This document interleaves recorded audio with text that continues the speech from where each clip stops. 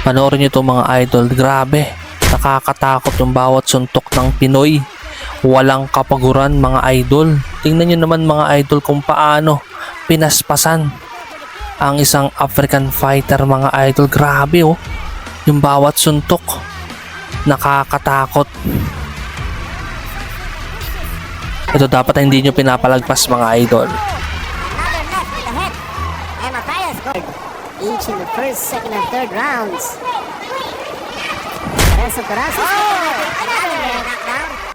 So ito nga po pala ang ating pambato na pinagbibidahan ng Pinoy na si Jundi Maraon mga idol, taga Zamboanga del Sur at isang Southpaw fighter may alias Pretty Boy mga idol. At ang makakalaban dito ng Pinoy ay isang African fighter na si Anthony Matias para sa WBO Asia Pacific Bantamweight title mga idol. Kaya napaka-importante po ito para sa ating pambato na si Jundi Maraon mga idol. Tara, let's go. Panoorin natin na kung paano binigyan ng leksyon ang mayabang na kalabang Aprikano. Panoorin natin ito mga idol. Maraming salamat po sa inyo sa walang sawang panonood sa latest Fight PH.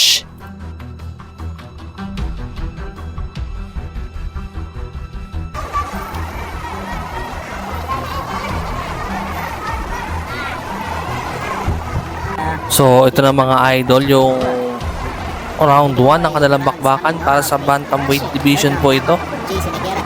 Tingnan natin kung ano ang magiging diskarte at galaw at galing ni kabayan dito ni Jundi Maraon.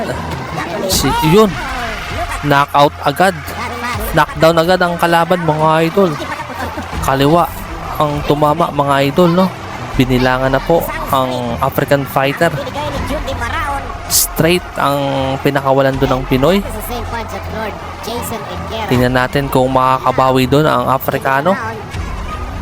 Mukha lang malakas yung Afrikano pero kayang-kaya. Yun, ang ganda ng kaliwa. Magandang kombinasyon ang pinapakawalan. Malalakas na wild punches ang pinapakawalan dito ni Jundi Maraon.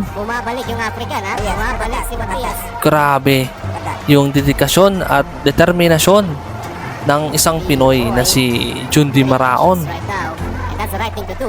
Taga Sambo. Yun. Ayun, ang ganda na, ang lakas ng kaliwa mga idol. Talagang buwelong-buwelo yung suntok, bodega, body shot. Ang lakas by Jundi Maraon mga idol. Talagang ang ganda ng laban mga idol. Bawat suntok ng Pinoy ay napapahiyaw ang mga manonood. Pasensya na kung maingay po. Si latest Fight PH, talaga namang napaka-aktibong bakbakan ang ginagawa ng dalawang boksingero. Pero tapos may alias Pretty Boy po si Jundi Maraon mga idol, no? 15 wins and 12 dito ay galing sa knockout. Isang undefeated po ang ating pambato at kasalukuyang hawak ang WBO Asia Pacific Bantamweight title mga idol. Kaya naman ang ganda na naman ng kaliwa na pinapakawalan doon ni Jundi Maraon na corner. Ang kalaban na naman sa lubid. Grabe. Tapos na ang round 1. Maganda po para kay Jundi Maraon. Is a fighter in red, Southpaw, while Anthony Matias, the boxer in black. Matias now has a bloody nose. Courtesy of that straight. So schedule po ito para sa round 12 mga idol sa Bantamweight division. Kaya naman round 2 na tayo mga idol. Round 2 na. Medyo nagyayabang doon si yung Afrikano mga idol, no? Nagyayabang yung Afrikano. Magandang kombinasyon ang pinapakawalan doon ni Jundi Maraon mga idol. Sa mga hindi pa nakakapag-like, i-like mo na tong video at pindutin mo na rin yung notification bell para laging updated sa mundo ng boxing. Ayun, bagsak ang kalaban mga idol. Grabe. Napakalakas na kaliwa ang pinakawalan doon ni Jundi Maraon mga idol. Over right hand ang pinakawalan doon ng Afrikano mga idol.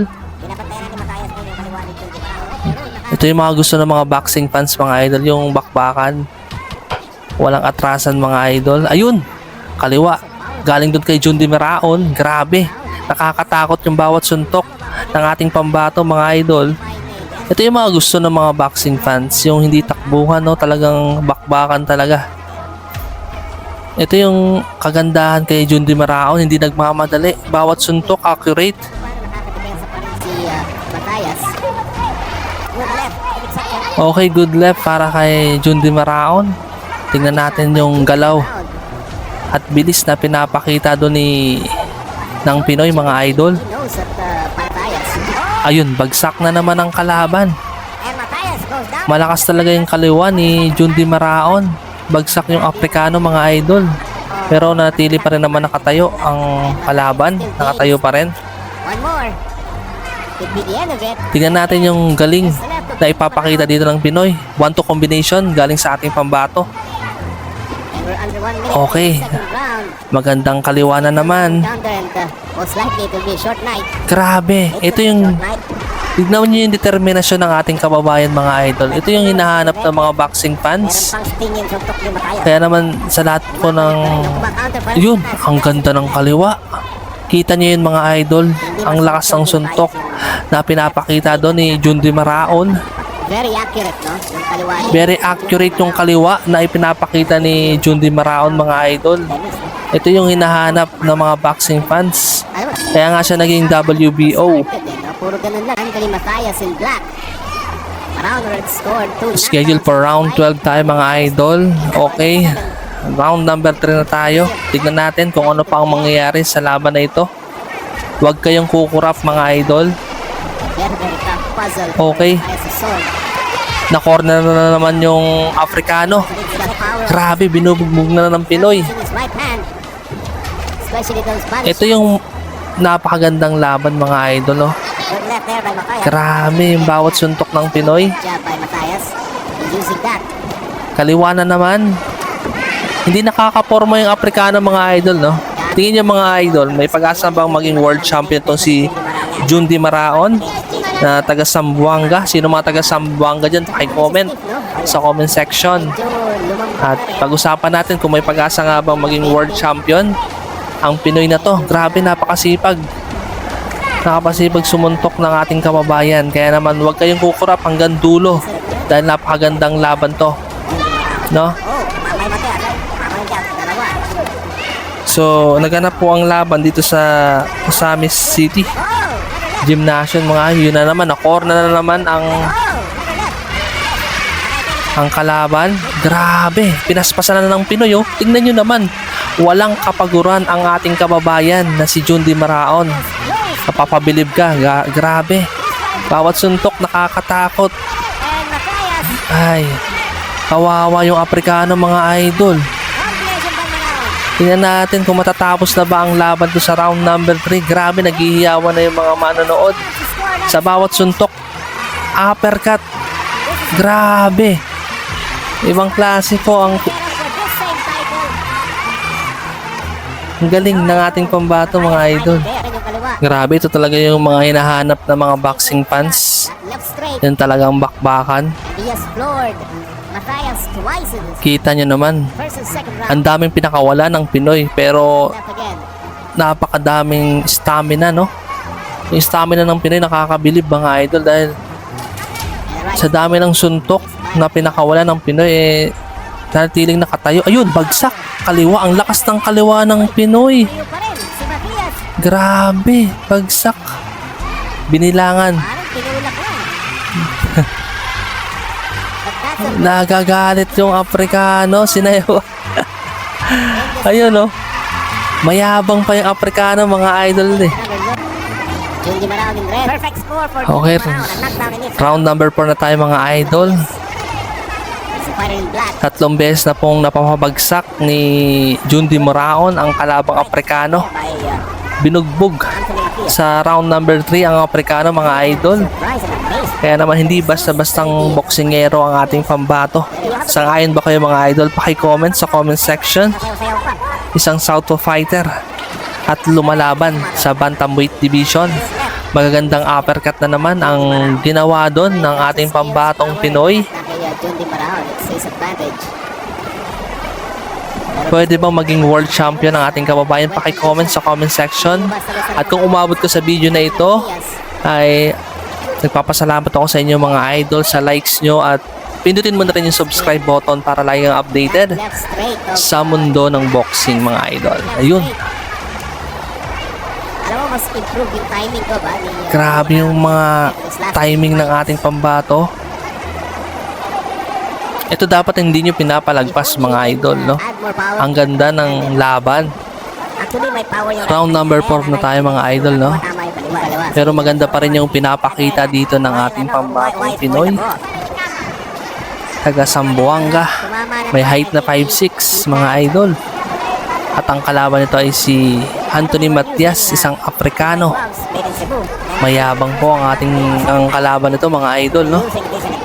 Dumayo ang Afrikano dito sa Pilipinas para labanan ang may hawak ng WBO Asia Bantamweight title belt. Ayan, kaliwa. But he's still fighting back. He's still delivering some counter shots. Maraon So in far, red. maganda pa rin The yung undefeated pinapakita dito fighter from Braemar Boxing Club. na si Maraon, Sampo, Jundi reigning Maraon. regional champion in the bantamweight division, and that title is at stake. Medyo nag-iingat dito si Jundi Maraon. Tapos na ang round number 4. Round. Grabe, pagkatapos ng laban, tingnan nyo, napakaangas ng kalaban Playing with the ng crowd. Afrikano. So dito na tayo sa round number 5 mga idol. Kung hanggang ngayon nandito ka pa rin mga idol, Fighting to the first segment. ay maraming salamat. Makikihingi ng isang like at pindutin mo na rin yung subscribe button para like kang updated sa mga gantong laban sa mundo ng boxing mga idol. He won. Ganun pa rin po mga idol, nagpapamalas pa rin ng husay at galing ang ating pambato. 1-2 combination Guerra. galing na naman sa ating pambato na si Jundi Maraon. Maraon is using the drag jab. Tingnan nyo naman, Using the jab right now. At masakit yung bodega ang pinapakawalan doon ni yes, jab ng again. Pinoy sabay left hook mga idol. Yes, countering with the right to the body. Ayan naman, no? Yung speed ba mga idol at lakas ng Pinoy, sang-ayon ba kayo? Okay ba sa inyo yun mga idol? Paki-comment. Jundi Maraon. Pwede ba maging world champion ang ating pambato? Paki-comment sa comment section. Ayan, masyado matibay. Dahil may edad pa lamang po si By Maraon. Maraon Out. Sumabot na yung na defense niya. 26 years old mga idol. Napakabata pa, may pag-asa pang maging world champion ang ating kababayan. Ni Matias. Samantalang ang African fighter Oh, good right ay there. may edad na ito na 28 years old. Counter left para sa ating pambato. Ano nangyari? Bumabalik eh, no? Tumatama pa rin yung kanan ni Matias. Pero bumabawi dito ngayon sa round 5 ang African fighter. Tingnan natin Meron pa kung rin ang jab. makaka-score ba ng knockdown Right straight. itong Afrikano. Pero mukhang malabo dahil napakatibay ni The patience. Jundi Maraon. Severe.